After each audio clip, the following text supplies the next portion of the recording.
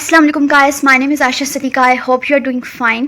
तो हम लोग कर रहे थे फीडिंग एंड ईटिंग डिसऑर्डर्स। तो फीडिंग एंड ईटिंग डिसऑर्डर्स में नेक्स्ट हमारे पास और लास्ट उनसे हमारे पास avoidant restricted food intake disorder है।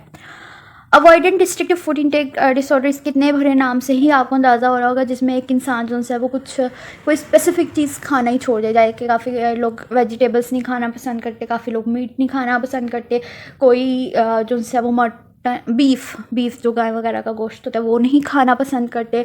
कुछ लोग अंडे अपने ऊपर रिस्ट्रिक्ट कर लेते हैं, जी हमने अंडे नहीं खाने, प्रोटीन वाली दूध नहीं पीना। इस तरह कोई भी एक चीज़ जो है वो आप अपने ऊपर जो है वो रिस्ट्रिक्ट कर लो। एंड ईटिंग और feeding disturbance, apparent lake of interest in eating और फूड के इंसान का इंटरेस्ट ही नहीं है खाने पीने में, ठीक है। और avoidant based on sensory characteristics के किसी खाने का जी स्मेल नहीं अच्छी, इस खाने की जी शक्ल नहीं अच्छी, इसका भाई मुझे टेस्ट नहीं पसंद, इस तरह के नखरे करना। Concern about aversive consequences of eating as manifest by persistent failure to meet appropriate nutritional और energy needs associated with one of the following. अब जैसे कि छोटे बच्चे होते हैं या फिर जब आप भी छोटे हो गए, आपको याद होगा जब आपको अपनी पसंद की कोई चीज़ नहीं मिलती थी, आप सारा दिन भूखे बैठ के गुजार लेते थे, जी हमने खाना ही नहीं है, हमें ये पसंद ही नहीं है, हमने नहीं खाना। तो पहले तो 3 घंटे फिर आपको बताना क्या खाना, फिर आपने कोई फजूल सी जंक फूड वगैरह, कोई हेल्दी चीज़ नहीं होनी वो, लेकिन आपने जंक फूड और ये सब कहना कि जी हमने तो ये खाना, और फिर आपको वो मिल भी जाता था क्योंकि आप भूखे बैठे होते थे। पेरेंट्स को अब आपकी न्यूट्रिशन नहीं बल्कि आपका स्टमक फिल करना था, मकसद हो जाता है कुछ खा ले बच्चा।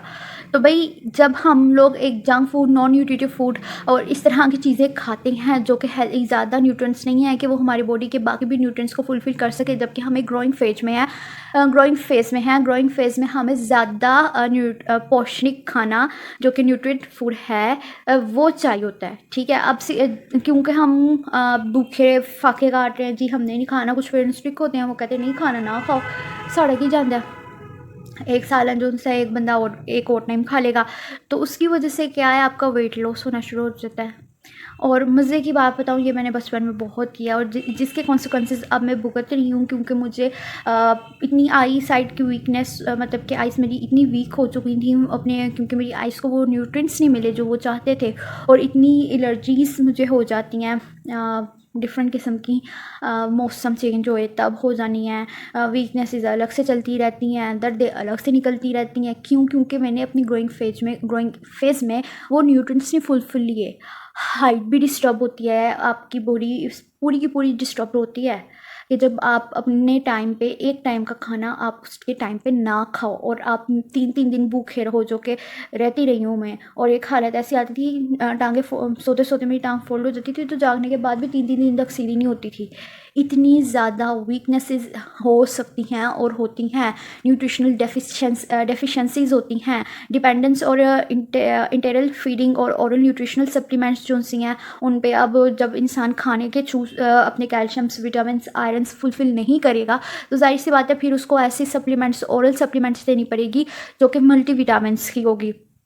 Marked interference with psychosocial functioning उसकी बेस्ट रहे, उसके लिए भी हमें उसके न्यूट्रिशंस का अच्छे से ख्याल रखना चाहिए। क्योंकि एक इंसान, और ये मेरी आजमाई हुई बात है, अगर आप टाइम पे खाना खा लें और आप अच्छा सा हेल्दी सा खाना खाएं, ऐसा भी नहीं कि जंक फूड और ये वो, आप अच्छा सा हेल्दी सा खाना खाएं जो कि आपके हर 4 घंटे के बाद अगर आप खा ले भी, मैं 3 दिन बगैर सोए कंसिस्टेंटली काम कर सकती हूँ।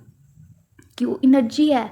अगर एक बंदा है 2 टाइम का खाना खा रहा है, 2 टाइम का खाना भी बाहर से या ऐसा वैसा ही खा रहा है जिसमें प्रॉपर पोर्शंस नहीं है, प्रॉपर उसके न्यूट्रिएंट्स फुलफिल नहीं कर रहा जो उसको डेली फंक्शनिंग के लिए चाहिए, वो लेथार्जिक ही होगा, जहाँ पे उसको लेथार्जिक फीलिंग ही रहेगी, थका थका हाँ सुस्त ही रहेगा, और उसकी इससे मेंटल डिस्टर्बेंस भी होगी, उससे उसकी कम्युनिकेशन डिस्टर्बेंस भी होगी।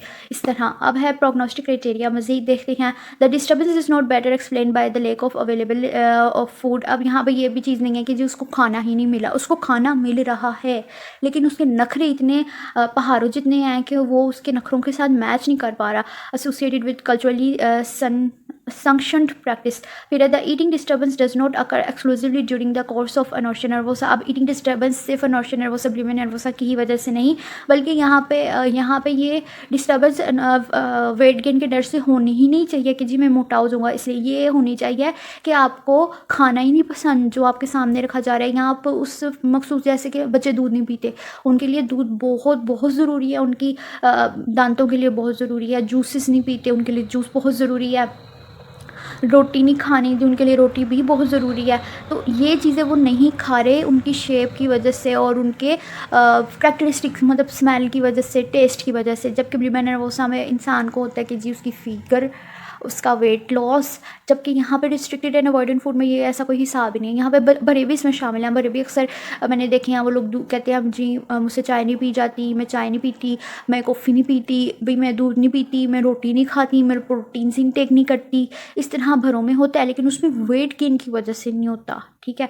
अब है the eating disturbance is not attributable to a concurrent medical condition. ये किसी दूसरी मेडिकल कंडीशन, किसी दूसरे मेंटल डिसऑर्डर की वजह से एक्सप्लेन ना किया जाए। इस ईटिंग डिस्टर्बेंस को हम किसी और कंडीशन के कॉन्टेक्स्ट में भी एक्सप्लेन नहीं कर सकते। फिर when the eating disturbance occurs in the context of another condition of disorder, the severity of the eating disturbance exceeds the routinely associated with the condition and और disorder the warrants clinical attention. कि जब ये eating ये disturbance जो है वो किसी दूसरे डिसऑर्डर के कॉन्टेक्स्ट के साथ अराइज होगी, तो किसी दूसरे डिसऑर्डर के सिम्टम्स के साथ अराइज होगी, तो फिर इसकी सेवेरिटी भी इंक्रीज़ होगी। और इसकी सेवेरिटी ऑफ डिस्टर्बेंस जब एक्सीड करेगी तो हमें एक्स्ट्रा क्लिनिकल अटेंशन भी देनी होगी। अब यहाँ पे avoidant restricted food intake disorder के कुछ सिम्टम्स है। सिग्निफिकेंट वेट लॉस, के हमारा वेट काफ़ी ज़्यादा अंडर वेट हम रहते हैं। लाइक कि मेरा भी वेट 19 ईयर्स तक 40 रहा है। ठीक है। तो सिग्निफिकेंट वेट लॉस रहता है, एब्डोमिनल पेन रहता है, fear of choking and vomiting रहती है, फटीग सी रहती है, यहाँ फिर जब खा लो तो एक्सेसिव एनर्जी रहती है। उसके अलावा कोल्ड इंटॉलरेंस, ठंड बहुत जल्दी लग जाती है। Body image, no body image struggles, यहाँ पे बॉडी इमेज स्ट्रगल नहीं होती कि अच्छा मेरा यहाँ पे वेट गेन के कोई डर भी नहीं होता कि मेरा वेट गेन ज़्यादा हो जाएगा। यहाँ पे बॉडी इमेज का भी नहीं होता कि मेरा ये बॉडी इमेज है तो ये बॉडी इमेज है। फिर only eating food with particular texture, हमें सिर्फ फूड जो है वो पर्टिकुलर टेक्सचर के साथ खाना ही पसंद है। जैसे मुझे आज भी सॉफ्ट से खाने पसंद है, जो जी मैं मुँह में रखूँ और मेरे मुँह में खुल के पता नहीं कहाँ गायब हो जाए, मुझे ऐसे ही खाने पसंद है। मुझे सख्त से खाने बिल्कुल नहीं पसंद, और मैं खाऊँ भी तो मुझसे खाया नहीं जाता। ठीक है। Risk and prognostic factors, risk and prognostic factors को हम देखें तो टेम्परामेंटल में देखें तो anxiety disorder, autism spectrum disorder, हाँ autism spectrum disorder, anxiety disorder, obsessive compulsive disorder और अटेंशन डेफिशिएंट मतलब ADHD। फिर हाइपर एक्टिविटी डिसऑर्डर में increase the risk of avoidant and restrictive feeding and eating behaviour characteristics of the disorder. ये सारे जो से हैं ये जो से हैं ये हाई रिस्क में होती हैं। OCD, ऑटिज़म, ASD और एंजाइटी डिसऑर्डर, ADHD, ये सारे हाई रिस्क में होते हैं किसी भी ईटिंग बिहेवियर कैरेक्टरिस्टिक डिसऑर्डर की वजह से के लिए कि इन पेशेंट्स को रिस्ट्रिक्टेड फूड इंटेक हो सकता है, क्योंकि OCD में भी वो रिस्ट्रिक्शंस भी लगाता है, कंपल्सिव बिहेवियर भी होता है, ऑब्सेसिव भी होता है। इस वजह से अटेंशन ADHD में बंदा ज़िद्दी बहुत होता है, जी मुझे ये चाहिए तो मुझे ये करना है, मुझे ऐसे है तो मुझे वैसे चाहिए। इस तरह इन्वायरमेंटल रिस्क फैक्टर जो से हैं वो ये avoidant restricted food intake disorder के हैं, वो है फैमिलियर एंजाइटी के अगर आपको अपनी फैमिली से एंजाइटी ट्रांसफ़र हो रही है।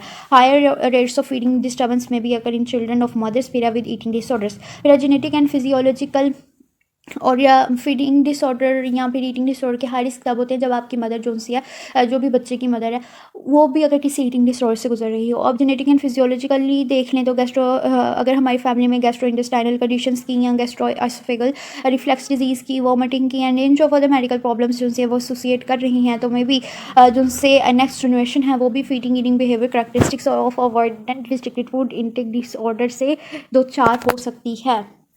अब डिफरेंशियल डायग्नोस देखते हैं। Reactive attachment disorder, autism spectrum disorder. अब यहाँ पे कोई भी उससे मैच ही नहीं कर रहा, क्योंकि वो खाना आप अपनी मर्ज़ी से नहीं खा रहे, उसके टेक्सचर की वजह से नहीं खा रहे, उसकी स्मेल की वजह से नहीं खा रहे, उसकी जी आपको टेस्ट नहीं पसंद आ रहा। लाइक कि मेरा एक कज़न है, उसको चॉकलेट नहीं पसंद। किस बच्चे को चॉकलेट नहीं पसंद होती? वो 5-6 साल का, उसको चॉकलेट नहीं पसंद और वो चॉकलेट या चॉकलेट की तरह ब्राउन होने वाली कोई भी चीज़ नहीं खाता। तो अब यार ये उसकी चॉइस है कि उसने चॉकलेट रिस्ट्रिक्ट की हुई है। ठीक है। तो यहाँ पे डिप्रेशन और ये सब कुछ बिल्कुल भी नहीं है। हाँ, ये चीज़ है कि जब वो क्योंकि वो कोई स्पेसिफाइड फूड, अगर वो न्यूट्रिटिव फूड जो है वो अपने लिए हराम कर ले कि मुझे इसका जायका नहीं पसंद आ रहा, मैंने मिर्च नहीं खानी, मैंने ये नहीं खाना, मुझे बस मीठी चीज़ें दे जाओ, तो मे बी उसके डेंटल प्रॉब्लम हो सकता है ज़्यादा मीठी चीज़ें खाने से, और भी दूसरे मसले। और क्योंकि वो अपनी डेली लाइफ न्यूट्रिएंट्स को फुलफ़िल नहीं कर रहा, जो कि उसको डेली फंक्शनिंग के लिए न्यूट्रिएंट्स उसके लिए दरकार है, वो नहीं ले रहा, तो फिर क्या हो रहा है, इसके ना लेने की वजह से वो वीक हो रहा है, उसका वो बॉडी वेट भी गिर रहा है, ठीक है, वेट गिर रहा है, और वो लिथार्जिक रह रहा है, थका थका रह रहा है, लेज़ी रह रहा है, और उसके बिहेवियर और मूड डिस्टर्बेंस भी अक्कर हो सकते हैं, क्योंकि उसके न्यूट्रिएंट्स फुलफिल नहीं हो रहे, उसकी बॉडी थकी हुई है, वो एक स्ट्रेस पोजीशन में है उसकी बॉडी इस वजह से। तो शिज़ोफ्रेनिया स्पेक्ट्रम और ये सारे कौन से हैं, ये फिक्टिशियस डिसऑर्डर जिसमें हम किसी भी बीमारी के सिम्टम्स को फेक करते हैं, ये सारे ही डिफरेंशिएट डायग्नोस में आ रहे हैं, और इनमें से मोस्टली हम पढ़ चुके हैं और हम एक्सपर्ट हो चुके हैं। और कोमोर्बिडिटी देख लेते हैं। The most commonly observe disorder comorbid with avoidant restricted food intake disorder और एंजाइटी डिसऑर्डर।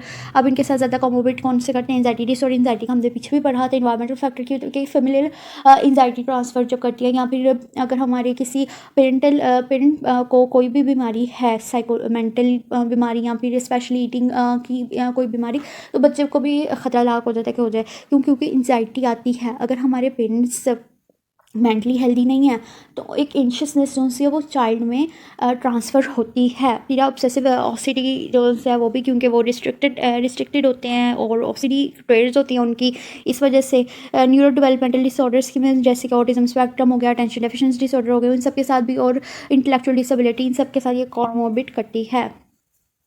फिर है ट्रीटमेंट। अब इसका ट्रीटमेंट कैसे किया जा सकता है, यहाँ पर टेलर्ड मेड ट्रीटमेंट मतलब कि पेशेंट टू पेशेंट किया जा सकता है, और ट्रीटमेंट जो है वो आउट पेशेंट सेटिंग्स में किया जा सकता है, लाइक के फैमिली बेस्ड ट्रीटमेंट किया जा सकता है, जिसमें हम कॉग्निटिव थेरेपी करते हैं, उसको बताते हैं कि कितना ज़रूरी है उसका ये सब खाना, और इसमें उसको ऑरल सप्लीमेंट्स जैसे पीछे भी पड़ा वो भी दी जाती हैं, इसमें उसको एंजाइटी के साथ उसकी हेल्प की जाती है ताकि वो एंशियस ना हो। और यहाँ पे फिजिशियन, ये कोई भी फिजिशियन, पेडिएट्रिशियन जो है वो मदद कर सकता है, कोई भी साइकोलॉजिस्ट, कोई भी उसकी मदद कर सकता है उसकी इस प्रॉब्लम के साथ। उसके बाद है समरी ये है, फिर है avoidant restricted food intake disorder is an eating disorder date occurs in children. ये चिल्ड्रन में भी मौजूद हो सकती है और ये अडल्ट में भी हो सकती है, लेकिन ये ज़्यादा चिल्ड्रंस में देखी जाती है। इट इज़ डिफरेंट देन अनॉर्शिया और बुलिमिया नर्वोसा। ये बुलिमिया और अनॉर्शिया से डिफरेंट है, क्योंकि यहाँ पे ना खाने की वजह से वेट गेन जो वेट लॉस होता है और लो बॉडी वेट होता है, ठीक है, ना खाने की वजह से। यहाँ पे कोई डेलिब्रेटली वो अपना वेट लॉस नहीं करना चाहता, या फिर वो अपना जी मुझे कम ही वज़न चाहिए, ये सीन होता ही नहीं है। यहाँ पे कोई बॉडी इमेज नहीं होती, अपने आप को वो हकीर नहीं जानता, उसकी सेल्फ इस्टीम लो नहीं होती, बल्कि उसकी सेल्फ इस्टीम हाई होती है, इसलिए वो नखरे दिखाता है। फिर है are not trying to lose weight, और वो ना ही अपना वेट लूज़ करने की कोशिश कर रहे होते हैं।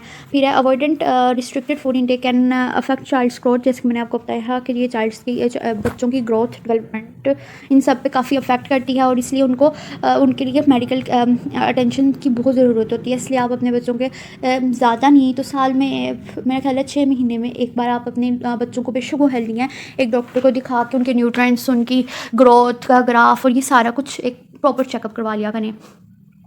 Doctors do not currently have any guideline to follow for the treatment and management of avoidant restricted food intake disorder। कि यहाँ पे मेरा ख्याल है कि यहाँ पे हमें उसकी कॉग्निटिव थेरेपी और बिहेवियरल थेरेपीज़ करनी पड़ेगी। बिहेवियरल थेरेपी में हम उसके लिए पॉइंट पॉजिटिव वगैरह यूज़ कर सकते हैं, और पॉइंट पॉजिटिव के साथ हम उसके पॉजिटिव लाइफस्टाइल उस पर जनरेट कर सकते हैं, और उसके लिए हम पॉजिटिव साइकोलॉजी का यूज़ कर सकते हैं ताकि उस पर एक पॉजिटिव सा लाइफस्टाइल वो अटेन कर सके, और उसकी एंजाइटी में उसकी हेल्प कर सकते हैं। और उसकी जो सी दूसरी न्यूट्रिएंट्स हैं उसको हम सप्लीमेंट्स के मतलब थोड़ी देर के लिए उसको सप्लीमेंट्स के ज़रिए फुलफ़िल करेंगे, ताकि वो लिथार्जिक नहीं रहे, फुल ऑफ एनर्जी रहे, और जब उसकी बॉडी को डिफरेंट एक्टिविटीज़ की आदत हो जाए और फिर वो उसको डेली फूड इतना मदद ना करे, तो वो ये न्यूट्रिटिव फूड भी लेना शुरू कर दे, ठीक है। तो आई होप कि आपको ये वीडियो अच्छी लगी हो और आपको इसकी समझ आई हो। अगर कोई भी प्रॉब्लम है तो आप कमेंट बॉक्स में लिख सकते हैं, और इस चैनल को लाइक, सब्सक्राइब और शेयर ज़रूर कर दीजिएगा। अल्लाह हाफिज़, टेक केयर।